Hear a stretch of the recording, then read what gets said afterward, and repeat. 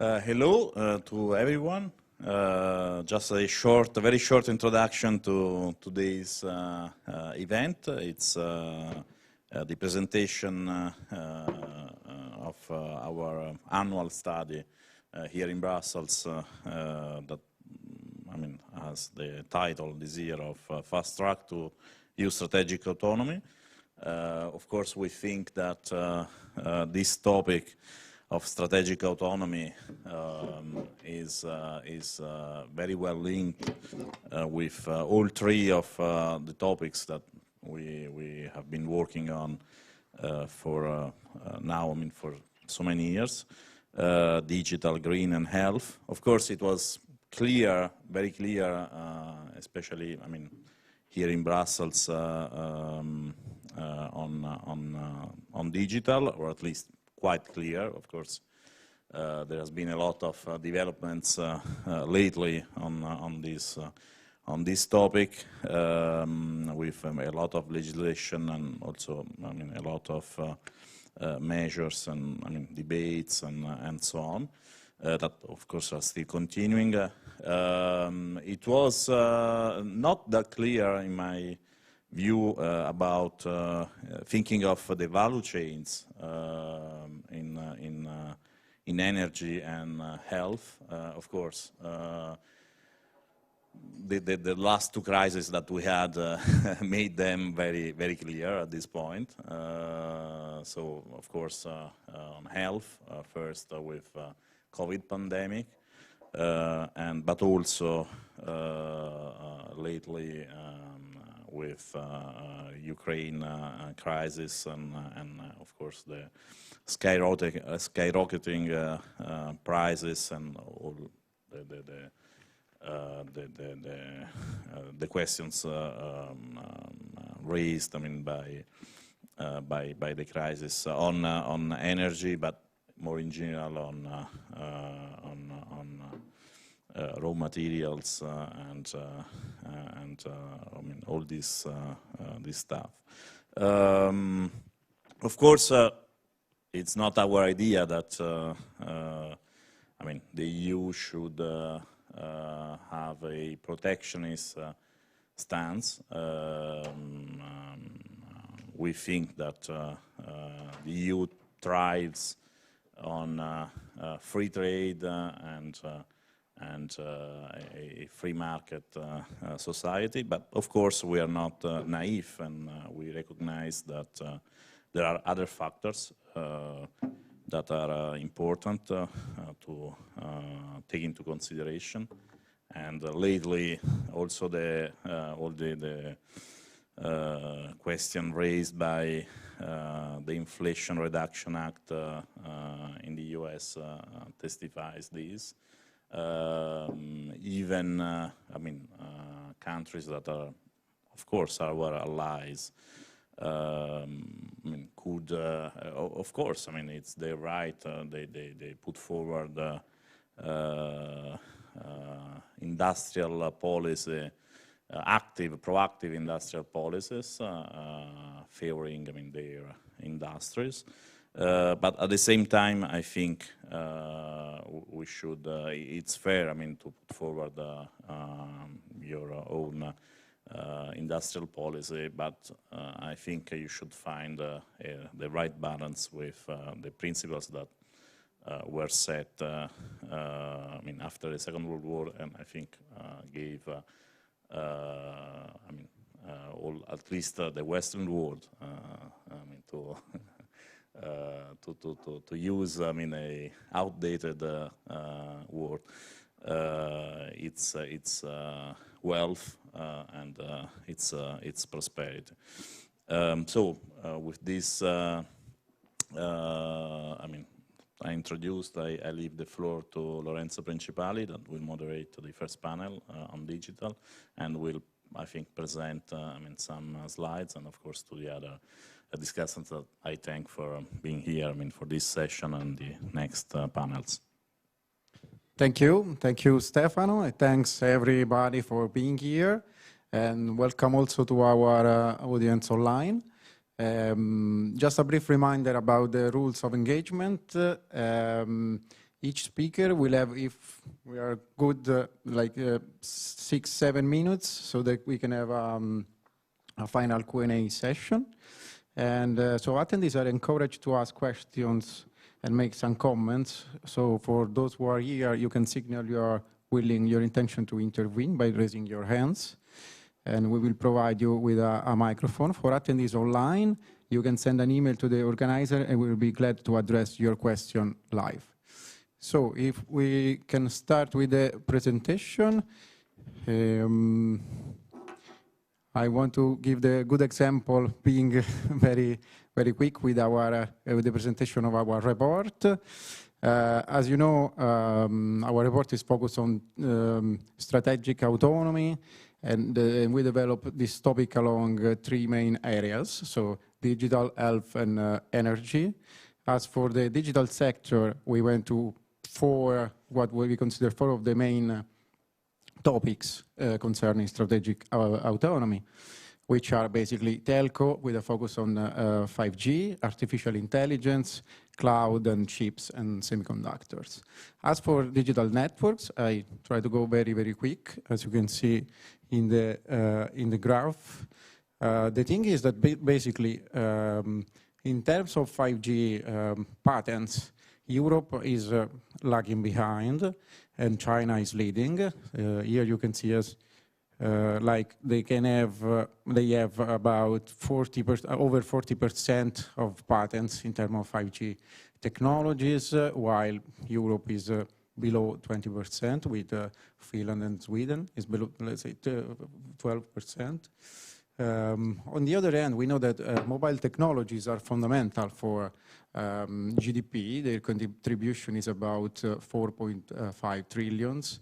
And 5G alone is expected to bring about 1,000 billion in economic benefits by 2030. So, we know 5G is a particularly important technology, especially for enabling new services like Internet of Things.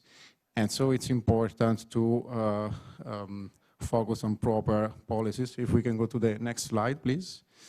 Another elements that show the dominance of China is the pattern in telecommunication patents, as you can see for the chart, by the chart.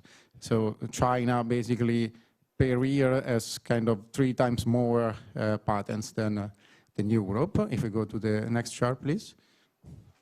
And the technology gap, you can be seen also in terms of volume of investment planned by network operators. So basically, American operators allocate about 60% more resources than European competitors.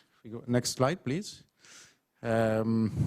Quickly about, in terms of policies about 5G and networks, well, they were focused basically on granting access to everybody with a consistent capacity and on security, as you can see, especially in the last year, in the last 2 years, we focus on digital compass, so in goals of covering whole Europe with gigabit networks, and in giving access to affordable and high-speed digital connectivity. Next slide, please. As for artificial intelligence, if we move forward. In these 2 charts, we can see, basically here we take a little focus on the high-level researchers. So basically, if you look at the maps, especially for Europe and the United States, you can see how researchers coming from Europe are about 18%, but the place where these researchers work is 10%. The opposite happens to United States, while 20% of researchers are American, while about 60% of researchers work in US. So it means US is much more attractive than Europe for artificial intelligence research. And this is basically due to private investment. As you can see in the chart on the right, private investment by geographic area, see United States investing more than 50 billion per year, comparing with about 6.5 billion invested in Europe. Next slide, please. We know the European framework on artificial intelligence is quite complex and started in 2018. It is based on two, let's say, on two fundamental topics that are, on one side, the ethics guideline, and on the other side, of creating a general regulatory framework protecting those rights. The latest are the liability, the AI package and the liability directive. Maybe an increased focus could be directed to the investment, as we have seen for United States, for instance, in order to increase private investment. If you go to the next topic, please. Okay, cloud computing. Very quickly, these two charts show us, remember us, basically, how Europe is dependent on foreign providers, especially on United American providers, as you can see from the chart on up in this slide. So basically, Europe is the second largest market. It's like about 60 billion, but many of the European markets are very, very thin, recording less than 1 billion in revenues. And if you look at the second chart, no, go back, please. You can see how many American and Chinese providers are on in the total revenue market in terms of market share. So they are basically all American or Chinese. So we don't have any big provider except for, no, in this case, in the first one, we don't have any big provider. Next slide, please. We know that about the European strategy, in the European strategy, we focus on Gaia X, that is basically an initiative to create a new pan-European platform. There are a lot of positive aspects in this, but also there are some concerns regarding Gaia X governance, especially in terms of the number of members and in the difficulties of defining common objectives, for instance, because of the broad range of views and interest. Next slide, please. In the report, we also focus on all the cloud and data regulation. So we basically know that is based on two different aspects. So protection of personal data and creation of an ecosystem enabling data circulation. European institutions were very active in 2022 with the Data Governance Act and the Data Act proposal that, as we know, aims to remove basically barriers to data access for both consumers and business. Next slide, please. Okay, so the last topic was semiconductors. Basically, we analyzed the market of both semiconductors and chips. Here you can see how global turnover in the semiconductor market was above 500 billion in 2021, and how Asia is the main market with almost 340 billions. In terms of silicon, that is one of the main semiconductor materials, you can see how China is producing more than all the other countries put together. Next slide, please.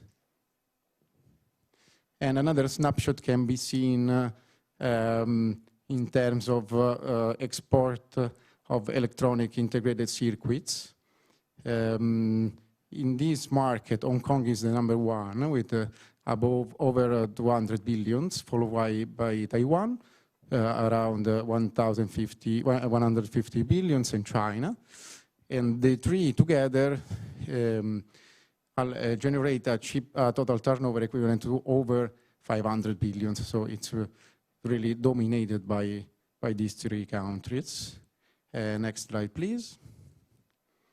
Well, we know about the CHIP Act proposal. Basically, the CHIPS package included a communication, a recommendation, and a proposal of regulation. Basically, in our opinion, the most important, the most interesting things are related to the European CHIP strategy. So they focus on research and technology, on the design and fabrication. We know that there is the the goal is to raise the European production to at least the 10% of the global value. Now we are around 10%. And another important point is to overcome the lack of skills that, as we saw in the domain of artificial intelligence, is affecting Europe.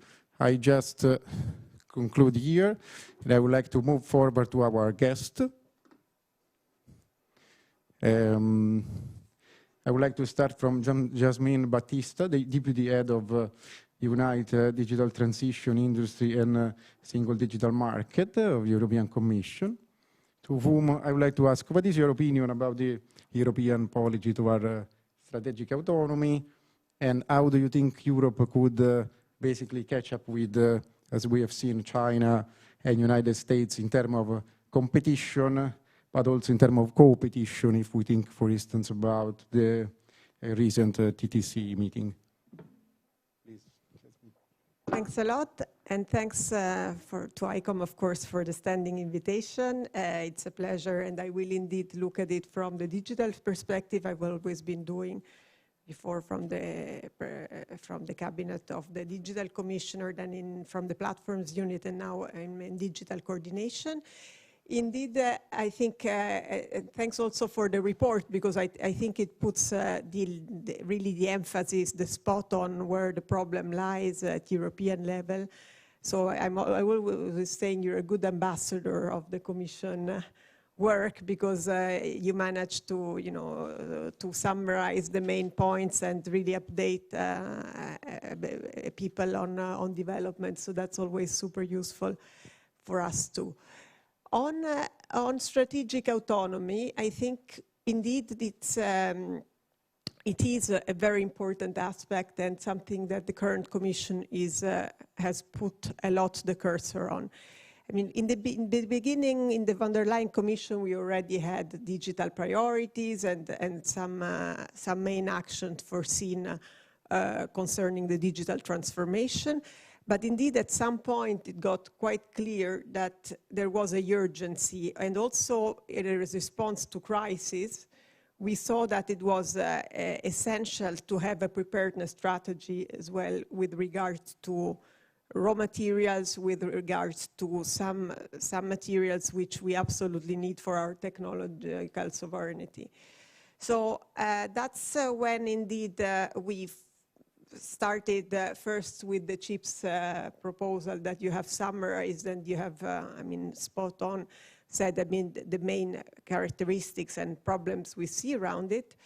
But then also, of course, with what we're working on now on the critical raw materials and the sovereignty fund. So no one knows exactly what the sovereignty funds will be. I think not even ourselves. We're still reflecting on how to bring it on, but and discussing, of course, between the commissioners how best to do it. But the idea is really to go along this idea of we need to be prepared for future crises, and we need to be able to have measures in place that ensure that we can activate the emergency brake and have a power weapon to respond to them. And this is actually what has been, is there as well across the ocean in the US and in, with measures that have been adopted there. So I think Europe, as the United States, is responding to these challenges and making sure that we have the tools, the toolbox really to intervene in any kind of crisis, because I mean it has been the COVID crisis, has been now the shortages because of the Russian war, but it can be in any sort of shortage and of any kind of raw material that we looked indeed initially at chips, but there is much more, and therefore we're really working on a strategy in order to go broader and think about how we can best be prepared, also to ensure that we stay competitive as well at the worldwide level. Of course, you showed the research gap that we have, and so research is one of the fundamental elements that we need to look into. But of course, it's not the only one. So we're trying Of course, the EU is dependent on other regions for strategic technological capacity, that we know, and so policy and regulatory initiatives, investments, and strategic partnerships with like-minded countries have been put in place really to try to bridge this and to make sure that we respond with autonomy to our needs. Of course, investing in talents as well is something that is very important for this, and the Digital Europe program is going and looking into that, with, of course, the targets that have been taken in the Digital Decade communication, but also looking at it through other actions that have been laid out in the industrial strategy in general, and other measures. How to do that? Well, we have Horizon Europe, so research money that is given to that. That's why we said now we're looking at sovereignty fund in order to go broader, because indeed we realize that other countries have deep pockets, and we need to make sure that we find those funds as well to stay competitive, because we have some very good parts of our industry that we just need to boost with the right incentives to invest in this. And that's, I think, the message the EU wants to pass, that we need to do that with industry, and the industry must have the legal certainty to do it and know where to turn to on how to achieve it. Of course, I think it's a matter of looking also in, for example, Connecting Europe facility, Recovery and Resilience facility, and the funds that have been spent on there. But in reality, we're trying to address it through the different means, for example, multi-country projects and other things that should help. For example, the IPCIs for next cloud generation, and there I think you touched upon it in the report, so that's extremely interesting. I think in general, I mean, industrial alliances are also an important point on how to go about that, just to address this problem of international competitiveness that you have been highlighting, and I think is so important. So, I mean, overall, I think with the Chips Up First and the Raw Materials Act that we're preparing now, and the Sovereignty Fund, I think we are going a step further towards this preparedness. Of course, the figures speak by themselves. We need we have a gap that we need to fill. We have we need the toolbox in order to activate a procedure in case we see that things start to be getting rare, and there we have to be blunt and say, okay, where do we have to send the things first, in which member states? So there needs to be a solidarity between them to ensure that we really target the raw materials to where they're needed, and we are not sort of then lagging important elements in order to have essential parts of the technological transformation. That's the first elements I would see. I mean, you have stressed as well the patent gap and the importance of investing there. On AI as well, indeed, you showed what we have been doing so far. The latest is on this liability aspect, but clearly there is more to be done also on that side in order to continue to make Europe as well competitive and grow. I think there the skills element has to, and you know, the talents is a very important point that needs to go throughout, as well as the general technology elements. I mean, cloud is also something that we need to still continue to invest on, and of course the European cloud and what comes, the challenges that come with it. But I think these are some of the recipes of how to really make sure that we use at the best the good industry bases we have, stay competitive, and be able to respond to, so come really to a strategic autonomy for the EU and respond to shortages in the best and the most efficient way. Thank you.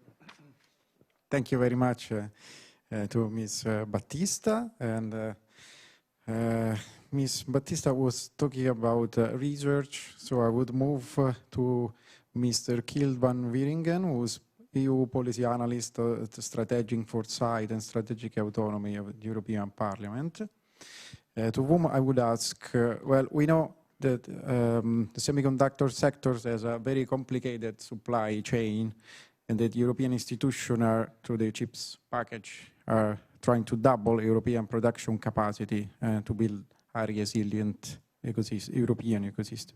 What's your opinion about the European CHIPS package, and more in general about European policies toward strategic autonomy? Yes, first of all, thank you for inviting me to this event to discuss these topics which are of crucial importance for Europe's future. So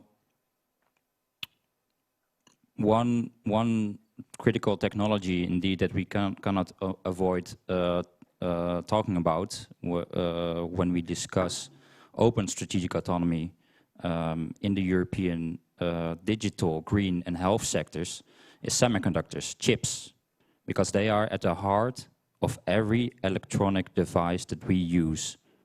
Without chips, there is no modern economy. And some Asian countries or Asian actors were long, for decades, some of them already aware of this, but we were suddenly made aware of this fact, painfully made aware, during the 2020 pandemic-related chip shortages, during which some of our sectors encountered huge delays, huge problems, with a huge economic impact. Our car sector, for example, which is of vital industrial importance to Europe, had to tune back its production of cars back to 1970s levels for an entire year. This sudden realization of our critical dependence on chips in Europe, far too late, of course, but better too late than never, has spurred a this European initiative to reinforce its semiconductor capabilities in the coming decade. However, this initiative, which should mobilize 43 billion public and private funds for the semiconductor sector in Europe by 2030, also needs to find synergies or be able to compete with equivalent strategies on each side of the Atlantic, in the US, in Japan, in China, and in South Korea. One of the ambitions of the CHIPS Act is to ideally at some point start producing the most advanced chips in Europe. And this would be a huge challenge, because in order to produce the most advanced foundries, chip producing facilities, you need huge amounts, billions and billions of euros of investment, and also huge amount of expertise to realize this. Whether Europe will be able to realize this in the coming decade, that's an open question. But what is sure is that action is needed to reinforce Europe's semiconductor sector wherever we can. We are already very strong when it comes to chip research, innovation and design. For instance, close to here we have the research center IMEC, which is a world-leading semiconductor research service that has been there since the 80s. And in the Netherlands we have ASML, which is the only company in the world that's able to produce the equipment that those factories use, that is in turn able to produce those most advanced, the very smallest node chips. So we have some critical resources there that is certain. But whether we can convince, for example, these Taiwanese partners to also build these most advanced facilities here in Europe, that is a question which is more unsure. However, something that we need to emphasize as well is that open strategic autonomy in the field of semiconductors, but also in other critical fields for the green and digital transitions, is that it's not only about reshoring and it's not just about self-sufficiency. Achieving a state of autarky in the field of semiconductors in Europe is impossible. It's not just impossible here, it's impossible everywhere. Every expert on chips will tell you this. The global chip supply chain is simply too complex and too globalized and too specialized regionally to make this happen. However, what we can do and what we must do, what we must try to do, is to improve Europe's position in the global semiconductor value chain. And I quite like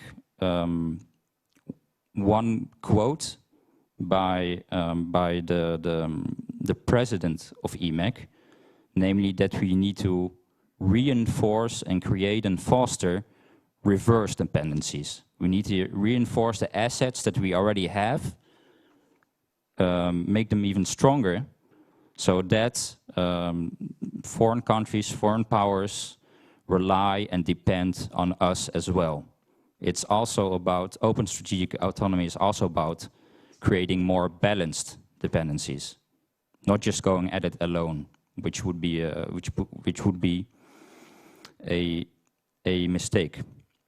So what we need is the right partnerships. What we need is to be able to attract foreign investment. What we need is to invest ourselves in foreign critical assets and thereby improve Europe's position in global semiconductor value chains. So that when a crisis comes, when geopolitical tensions increase, we will be in a better position with more leverage to and with more resilience and more supply security in the field of semiconductors, so that we can avoid those economic catastrophes that we've seen before.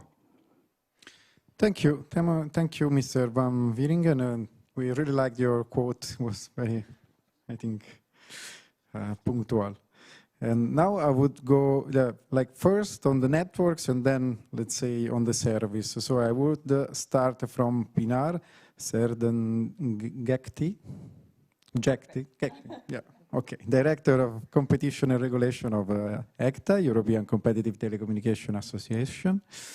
Pinar, I would ask you, what's your opinion about the European policies on digital networks and in particular of 5G regulation? And how do you think can Europe catch up with China and US in terms of 5G developments and investments? Well, firstly, I would like to thank you, ICOM, for this very interesting study and for inviting us. And I think that this report comes really right time because, as we all know, we are facing now a great challenge that started with pandemic, that continued with the energy prices raise, and now with the Ukrainian war, Europe, and we are part of Europe, we all are facing a very, very big challenge. And of course, European Union has a big responsibility in answering with concrete, clear, and to the point actions on what's happening. So in this context, the strategic autonomy of Europe for digital markets depends, first of all, on its connectivity infrastructure. All digital services and new technologies can only be successfully delivered only if a fit for purpose and truly diversified infrastructure do exist in Europe. That being said, I believe that not only the timely deployment, but also effective take-up of those networks are key for the 5G and EU strategic autonomy. I would like to use a general definition, which is high-capacity networks, and I believe that 5G sooner or later will be part of it, because, as you know, currently it's not part of it in the BEREC guidelines of VHCN, but we know that sooner or later it will be included. So, said that, let me clearly provide the reply to a question which is being posed also legitimately in this study. It's being said that the level of investment in the US being greater than in EU in 5G vis-a-vis Europe, would it be better to have less and larger operators, so it means reduce the competition in EU in order to have greater amounts of investment? For us, the answer is clear and simple.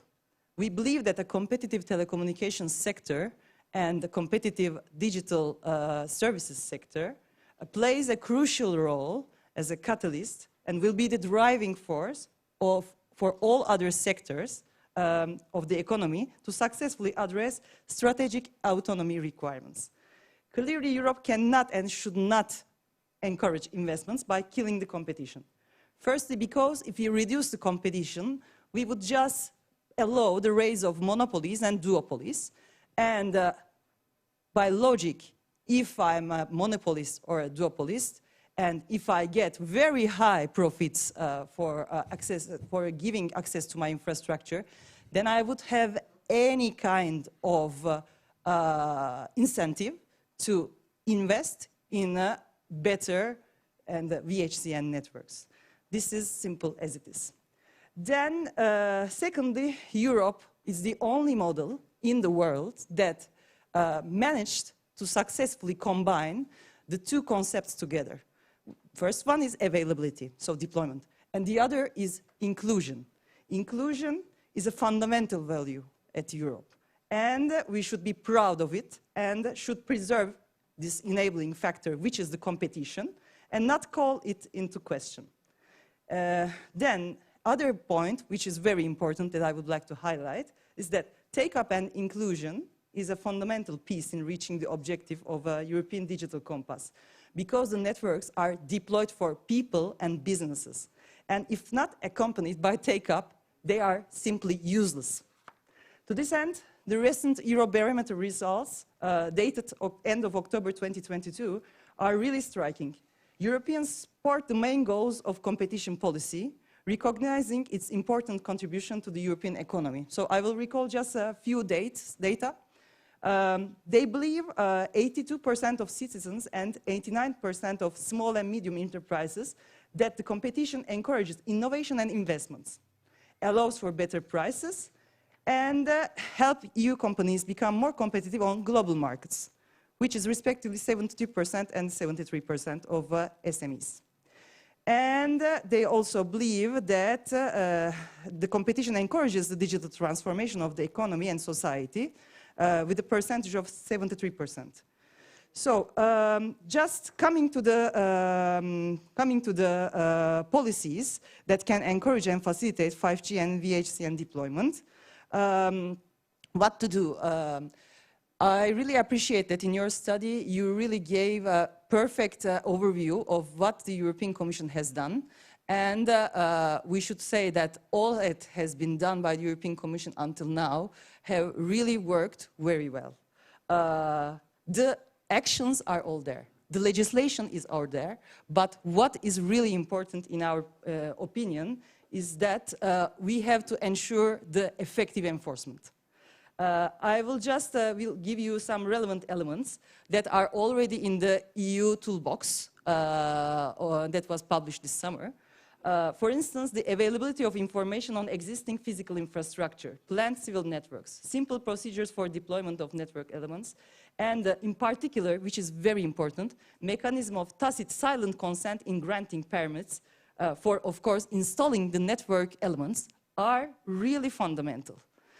And in this sense, it is more than urgent to move forward with the broadband cost reduction directive without waiting further. Let's remember that from also our experience on field, this directive is on the paper, has been already very, very effective. The problem has came with the effective enforcement because it was blocked in many member states by the local and regional authorities in order to putting some stratification of different laws and not being compliant with what was broadband cost reduction directive was providing. Then another point for 5G is about the spectrum policies. The spectrum policies have been already facilitated by the European Code of Telecommunication, the Electronic Communications, through a peer review mechanism, which is on the paper is perfect, but this is not applied sufficiently transparently and efficiently. So it is very important, the action mechanisms that just through which the frequencies are being granted for 5G are not used by national member states as a tool for extracting value from the operator. Because let's remember, each euro which is invested in the auctions in order to buy the frequencies will not be used for deploying the networks in which those frequencies are being used. Other point that then I would like to end up is about creating a harmonized market also in terms of environmental issues. And I'm just referring to the electromagnetic emission limits. We see today in Europe a two-speed Europe. There are some member states that are not implementing the EU recommendation on the electromagnetic emission limits, and the other ones that are complying with it. This creates a big problem in terms of 5G deployment in some member states. And one of these is exactly Belgium. So, and the other one is Italy, from where we are all coming. So it is very important that the European Commission takes an action on this through two actions. The first one would be information campaigns for the people. Because people, also according to some data that was released by Deloitte, which is very interesting, says that first, they do not trust 5G networks, and these people are coming also from European member states. And the second point is about the fact that they do not know what is 5G, even in the most civilized member states. And they say that it's very difficult to understand. So the first point for the institution is to make some information campaigns, because the institutions are much more appear trustable with respect to the private subjects. And the second one, which is very, very important, to change the legal instrument. Instead of a recommendation, go for a regulation, and to make sure that the Europe is a truly internal market, and some member states are not being discriminated with respect to others for what concerns the 5G deployment. With that, I would stop. Thank you, and thank you very much, Pinar. And I would quickly go to Mr. Christian Borgrin, who is Senior Vice President and Head of Office of CCIA, the Computer and Communication Industry Association. Mr. Borgrin, I would ask you, what is your opinion about European policies in the field of cloud computing, such as European Data Strategy, and about initiative involving private companies, such as Gaia-X? Well, thank you so much for the invitation. I think both the event and today's report is very helpful. I think it's going to help EU decision makers to make strategic decisions about when and where to pursue strategic autonomy objectives. And of course, and maybe just to zoom out a little bit compared to the previous speaker, but I mean, we had three crises, right? I mean, we had the health crisis, we have an energy crisis, we have a security crisis, and of course, all these experiences, these painful experiences, is giving us evidence, right? And that will inform decision makers to sort of decide when and how to pursue strategic autonomy. You know, where is the EU autonomous today? Where have experience show that we are autonomous? Where are we too dependent? And who are we dependent on, right? The who is important as well. I think it's a sort of a common knowledge, right? That the war in Russia, about microchips, right? Some clear examples. Here, we need to be more autonomous in Europe. If I may just be a little bit critical and cheeky and criticize or point out a few points in the report here, in the ICOM's report, it talks about the importance of decreasing dependency on non-European players, as if all third countries are the same. I mean, this ignores sort of the fundamental differences between, say, Russia or United States. It's just really not comparable, especially not given what's happening in next door, right? Also, we haven't heard so much about, I think Kjell mentioned it, the word openness, right? The EU is pursuing open strategic autonomy, right? In the Commission's own word, this does not mean going it alone, but rather accepting and managing our interdependence in the best possible way. And again, if we come back to the United States, we're long-standing allies. We are each other's far biggest trading partners. We are interdependent, right? In certain industries, the EU is performing better. In others, the United States.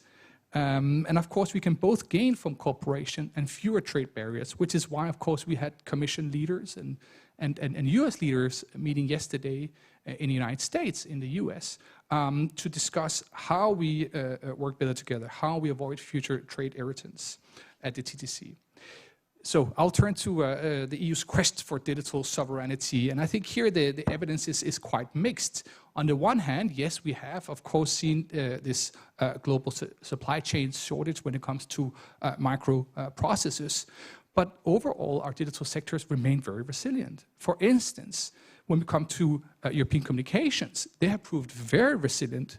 You know, when everybody had to work from home, study from home, digital tools from Zoom to WhatsApp made us more resilient in Europe, right? We could carry on in a new way during that crisis.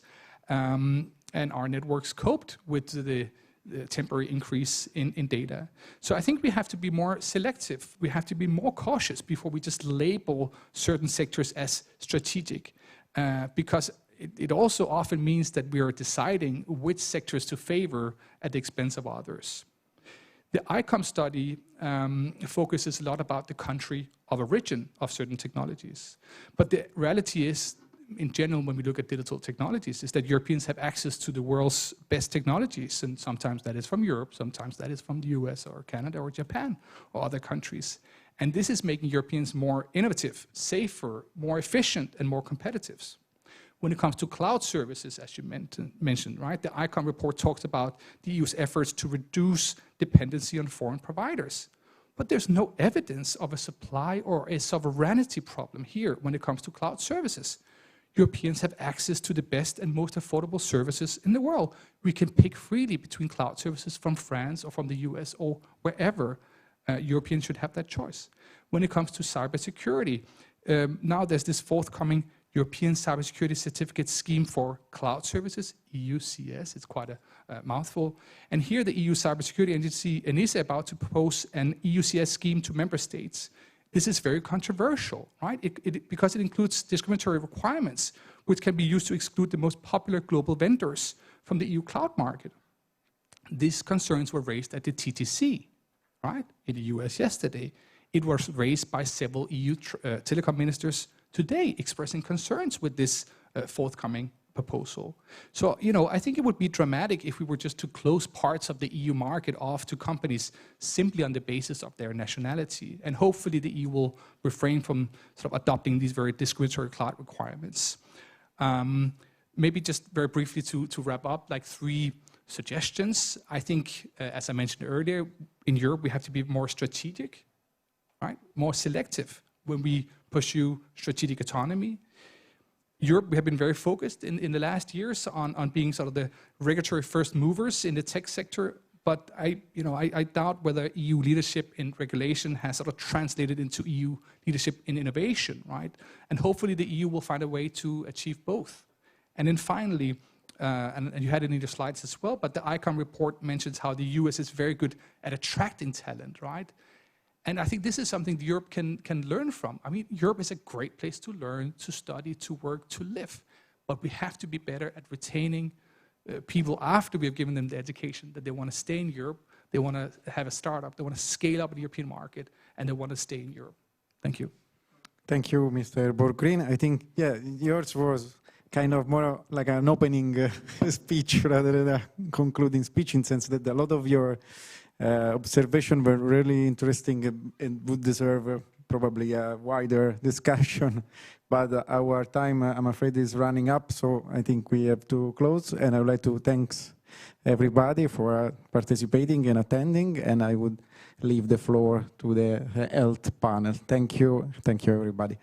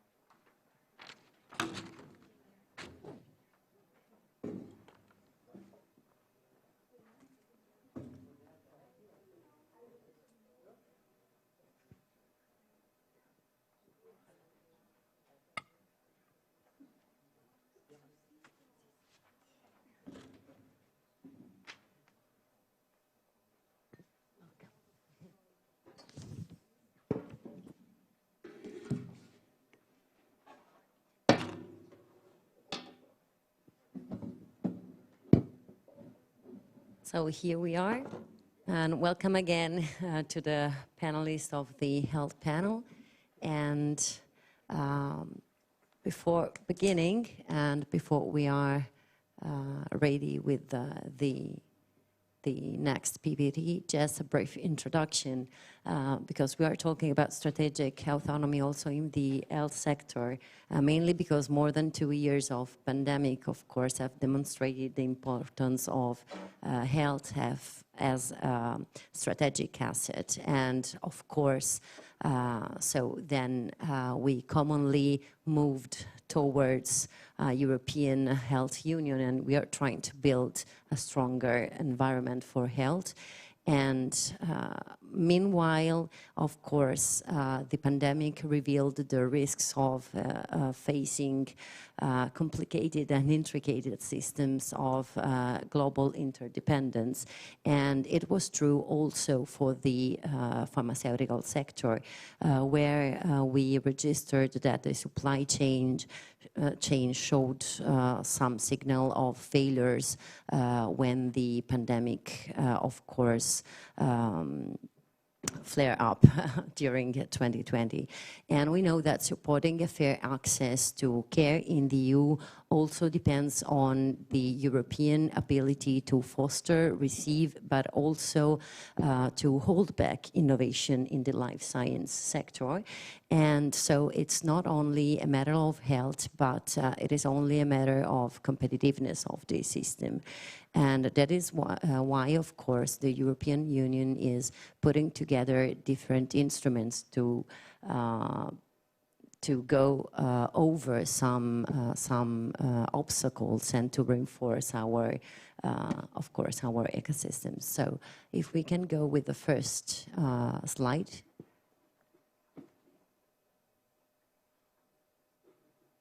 Can we go on with the slide?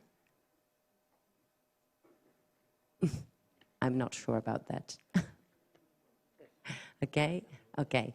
So just the first one. Okay, thank you. So in our brief report on the health part, we try to focus on the strength and weakness factors that characterized the health and with a focus with the pharmaceutical sector in these years, because we know that the European pharmaceutical sector and market is a leading manufacturing sector for life science, and we know that the value of the market has increased in the last, of course, 2 years, and in Europe it reached 255 billion in 2021, with Germany that was the top ranking pharmaceutical market in Europe, followed by France and Italy. But of course, the total European pharmaceutical market value growth followed a global growth in the world pharmaceutical market in the last years. We can go on. And we also know that one of the reasons why pharmaceutical is one of the leading manufacturing sector in the European Union is that it is strongly interconnected in trade. So both among European countries and with external partners. And so we know that the sector has historically registered a positive trade balance for Europe with external partners, but this positive trade balance in 2021 reached 175 billion. But we have to focus on the fact that the trade balance is strongly connected with strong exports historically. So and meanwhile, mainly due to the connection both in exports and in imports with two main partners, which are historically, again, United States and Switzerland.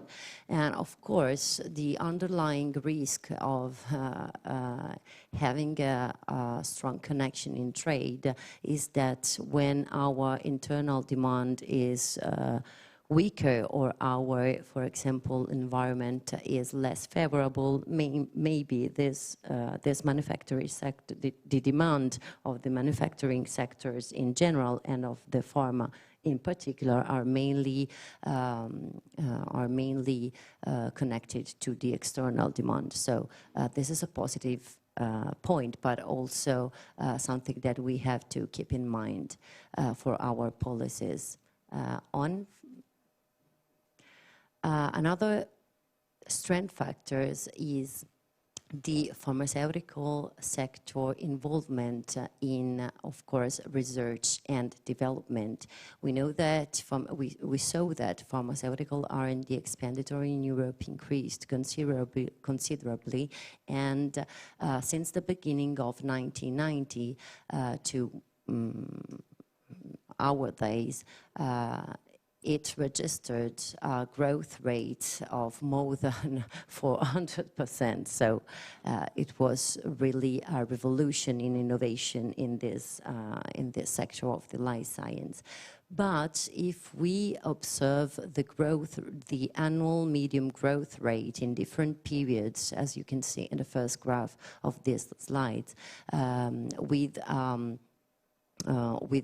focus on Europe, USA, and China, we can also see that the annual growth rate in Europe is beginning to lag behind the growth rate in United States and China when we are talking about pharmaceutical research and development expenditure.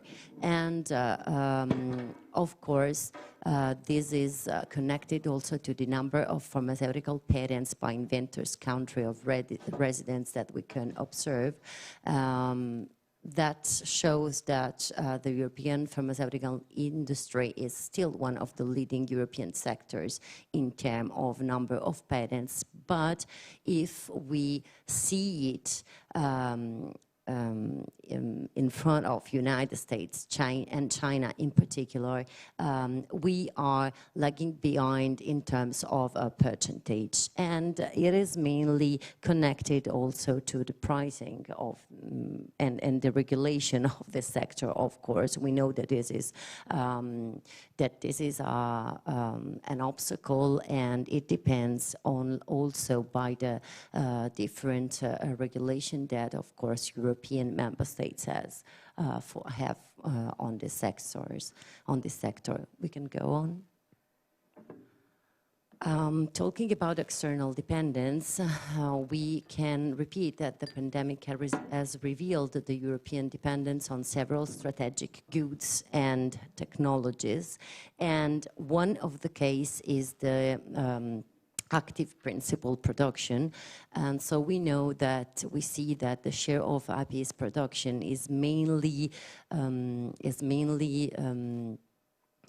field in the geographic area of Asia and Pacific, and that the origin of the APIs used for innovative medicines in the European Union in 2020 again is mainly based on the rest on the same area, and so towards Asia.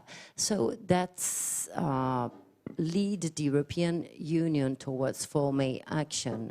The first one is the need to develop R&D competencies and knowledge through private and public partnerships. The second is the need to provide the capacity to turn R&D into market products. The third is to protect and favor the delivery of innovation through patenting and co-invention. And the fourth is to act in order to retain competencies and knowledge. So both foster and retain it. We can go on. Okay, in this context, the European Commission and Europe in general is acting for a comprehensive strategy, the pharmaceutical strategy for Europe, which has 4 main objectives: to ensure patient access to affordable medicine and address unmet medical needs, to promote competitiveness, innovation capacity and sustainability of the European pharmaceutical sector. Meanwhile, and together with the production of high-quality, safe, effective, and environmentally friendly medicines, to strengthen emergency preparedness and response mechanisms and address the issue of security of supply, and to assert European leadership of the global stage by promoting, on the global stage, by promoting high standards of quality, efficacy, and safety. So, in the 4 objectives of the pharmaceutical strategy for Europe, which is bringing to an update of the EU pharmaceutical legislation by the beginning, we hope, by the beginning of the next year, we can really see the connection between the matter of access and equity to care, equity in access to care, and the industrial competitiveness access. So it's not a case that in the 4 objectives we see both the need to ensure access to affordable medicines and the need to assert the EU leadership on a global stage, because we saw that they're strongly interconnected. And in the report related to the industrial strategy, we saw that the active pharmaceutical ingredients are among the 137 sensitive ecosystem where the EU is recognized to be highly dependent on foreign sources. And again, I would like to repeat what our president said at the beginning of our meeting today.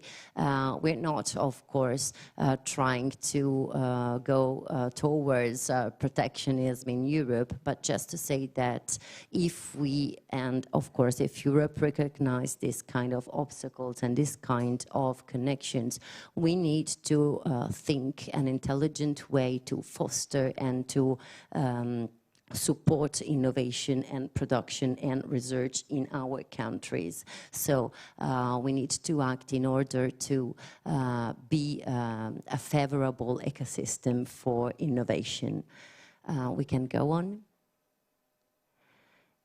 Also, because we know that access to care among European countries is still really diverse. So in this figure, we can see the time elapsed between the central authorization for placing a drug on the market and the actual accessibility in selected EU countries, and the percentage that you see are deviation from the average, so from the European Union average, and that means that negative values are best practices, so best and better values of the time elapsed between the two moments, while positive values, positive percentage means that the time that elapsed between the two moments is higher, of course, than the median. And so you can really see in this figure the differences between countries. So we go from minus 68% in Germany to plus 65% in Portugal. So the difference is really high.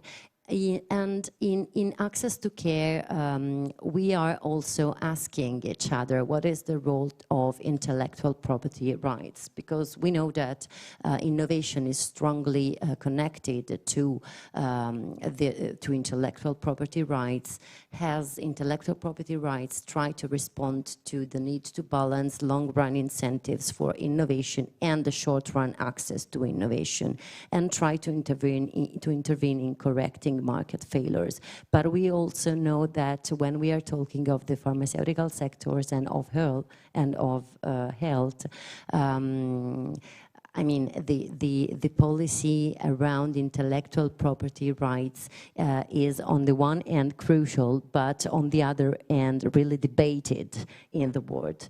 And so we now have to need to try also to understand what do we have to do and what is the correct way to intervene in order to balance these different interests. We can go on.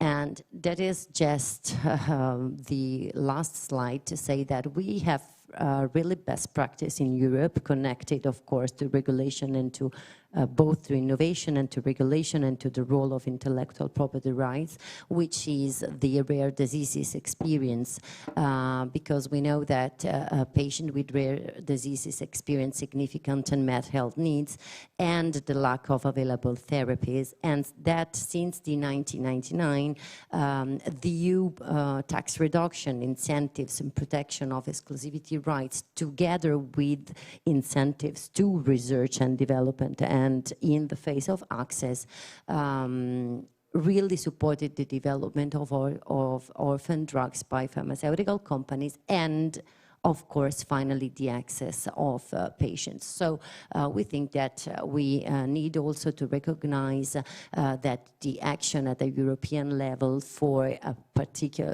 such a particular sector is and can be recognized as a best practice. And maybe we should also think which is maybe the correct way to replicate it for other critical unmet need sectors.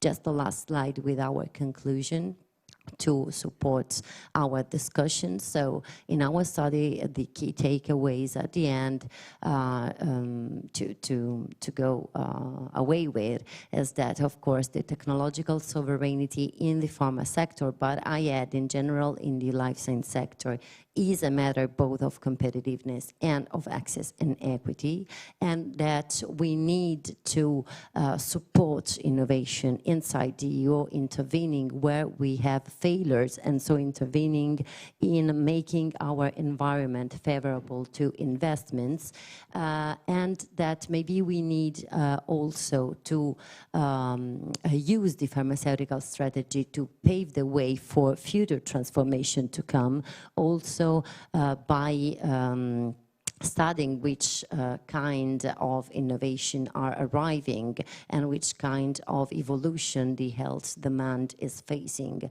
during this year, and that, of course, we should discuss together in the proper, of course, inside the proper institution, also about the role of the EPRs connected to innovation in order to foster this favorable environment in the next year. So we know that it's not easy to solve and to intervene in all of these questions, but our discussion today is also to have your point of view about it. And so that is why I have with me Giacomo Mattino, which is the head of Unit Food Retail Health of the DG GROW from the European Commission, and to who I would like to give his point of view on the role of innovation in the health sector, but of course connected with the issues of industrial competitiveness and economic growth during next years in the European Union. And thank you for being here with us. Thank you, and good afternoon or already good evening. Thank you very much for inviting me. Thank you, President D'Empoli, and thank you, Eleonora. Indeed, you know, I see very much the issue from the similar perspective that you have outlined, because as head of unit in the Directorate General for Internal Market, Industry, SMEs, we look very much at the competitiveness element. And by the way, let me congratulate you also for the report.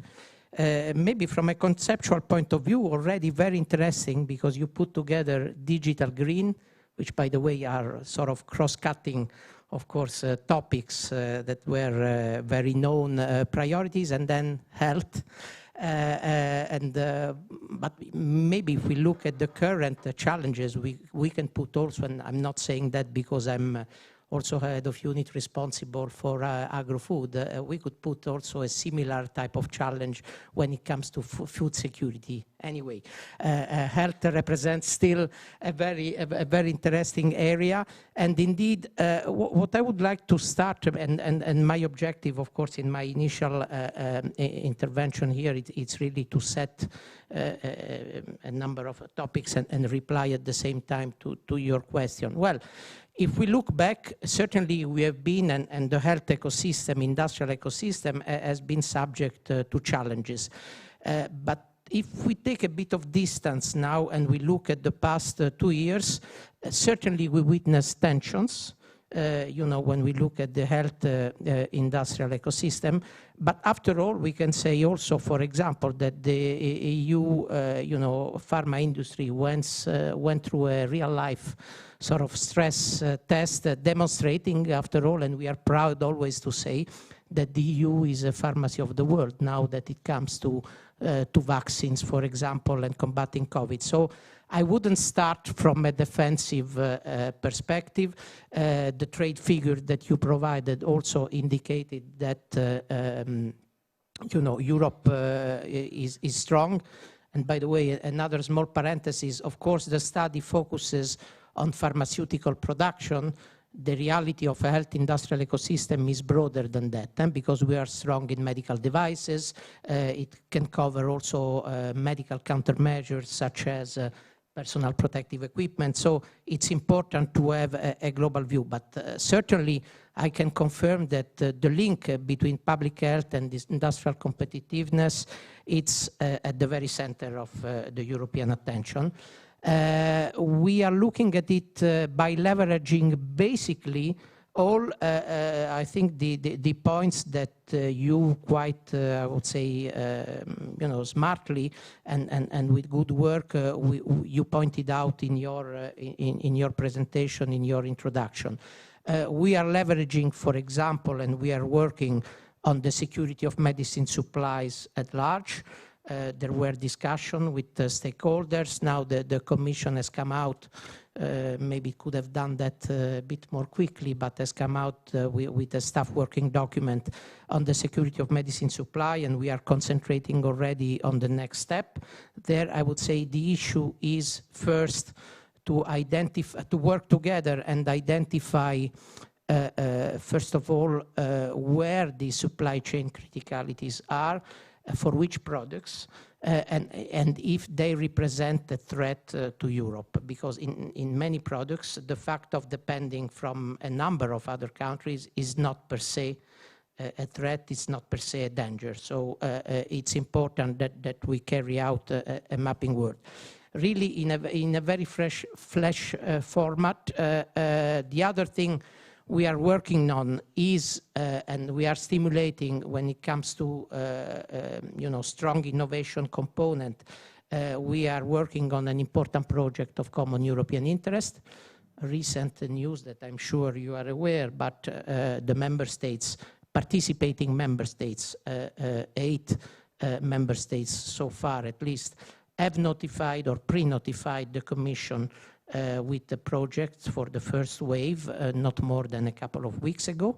Now, of course, the assessment is on the Commission services and in particular on DG competition, but it was mentioned, I think IPSAs were mentioned by my colleague, also when it comes to the digital sphere, to chips, to semiconductors in particular.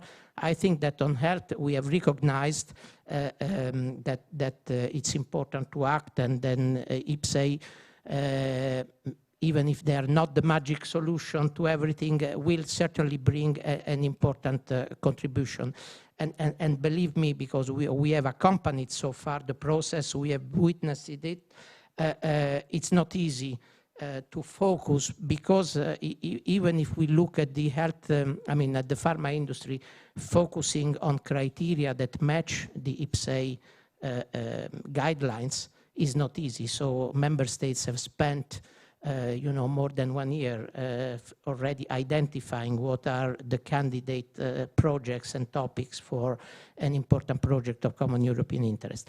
Then, of course, we cannot forget, and it has been mentioned also by you, Eleonora, that investing in research and innovation remains important beyond IPSAs, and of course with Horizon Europe, there is a particular now, I would say, well-defined attention to health in the broad sense, but I would say also within, of course, the perspective and the limits of Horizon Europe, also funding to research and development that can bring up and reinforce the EU, including the EU industrial base, and this link between research and development and industrial deployment, which I think has always been, and also I think it has been pointed out in your in your overview, it's a bit of a weak point in comparative terms with, for example, United States. Within Horizon Europe, just to mention it, a very important good example is the Innovative Health Initiative joint undertaking, which is a public-private partnership between EU and the European health industry, and there is a clear trend to identify a range of projects that can certainly contribute also to this element. And by the way, another little parenthesis linked to the other topics, greening in the health production manufacturing, it's a topic that deserves a lot of attention, and with margins of a lot, I would say, of interesting action. And then maybe one last example I would like to bring, because clearly when we speak about, on one hand, competitiveness, but also public health, we draw the lessons, of course, from the recent experience and the pandemic. Let's not forget that when we say we, it's not only the Commission, but stakeholders and national governments have been able to set up the HERA, so the Health Emergency Responsiveness Authority, I would say in a record time.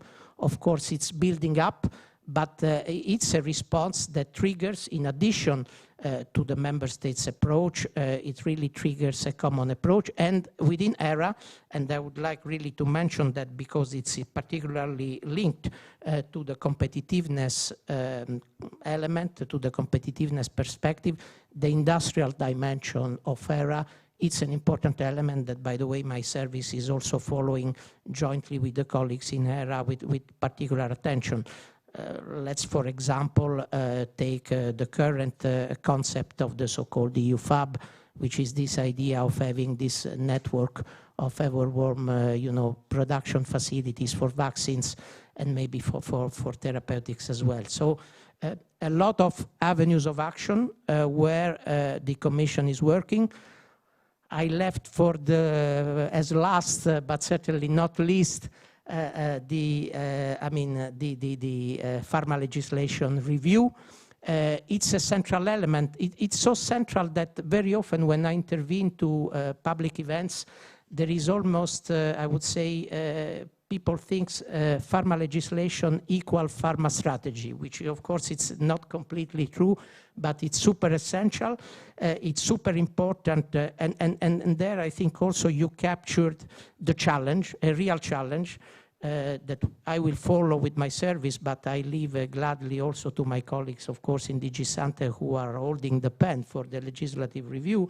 But there you can really, I would say, touch by hand and perceive the difficulty, the challenge of striking the right balance. I'm sure that the speakers after me will probably mention, contribute with their reflection on that, between support innovation on one hand, and also, of course, ensuring, because the public health remains the overarching objective of health policies, of ensuring that we continue to benefit in Europe, as it is the case right now, and as it is the case since many years, of an overall adequate support in terms of medicines, being them innovative, but being them also traditional ones with affordable prices. And there, once again, let me recognize, and I will conclude with that, that striking the right balance is not an easy task. The Commission is working on that by setting also specific measures, among others. I'm just citing that because it's coherent with the topic, but to support innovation, to support and facilitate marketing of innovative medicines. But there again, there is a balance to be found, and it's a very challenging one. So definitely, I mean, maybe to conclude my very super quick intervention, I think that the points that you have pointed out in your report and your reflection are definitely of strong, not only inspiration, but close, very at the center of the attention of the activities of the Commission services and my unit in particular. Thank you. Thank you very much. Thank you very much to Mr. Martineau also for having remembered us that on top of the all, we now have also, of course, international geopolitical situation that foster and support the green revolution because we know that the whole health sector is also strongly energy intensive, of course, and so the different areas of our report are of course interconnected from an industrial also and public interest point of view. And now I would ask to our organization to start a brief video message from the MEP Luisa Reggimenti. Thank you.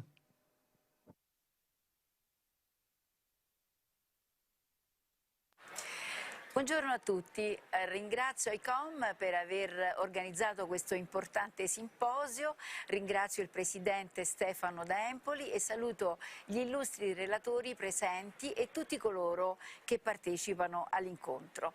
Il tema dell'evento di oggi è fondamentale perché tocca alcune tra le tematiche chiave della nostra agenda politica. Infatti, tra le più grandi sfide per l'Unione, attualmente vediamo ai primi posti le tematiche ambientali, i rischi sanitari e la digitalizzazione. La pandemia ha sottolineato l'importanza di una maggiore cooperazione a livello europeo nel campo della salute, attraverso la redazione di nuove politiche che permettano ai sistemi nazionali di essere più sostenibili e resilienti. L'importanza di una politica sanitaria comune si è tradotta in diversi interventi legislativi di grande importanza. A breve usciranno i dossier della Commissione sulla revisione dei regolamenti farmaceutici che si inseriscono nel filone della strategia farmaceutica per l'Unione Europea di cui sono stata relatrice in Parlamento per la Commissione giuridica. In questa sede infatti ho voluto sottolineare un problema particolarmente grave per la nostra industria e per i nostri pazienti.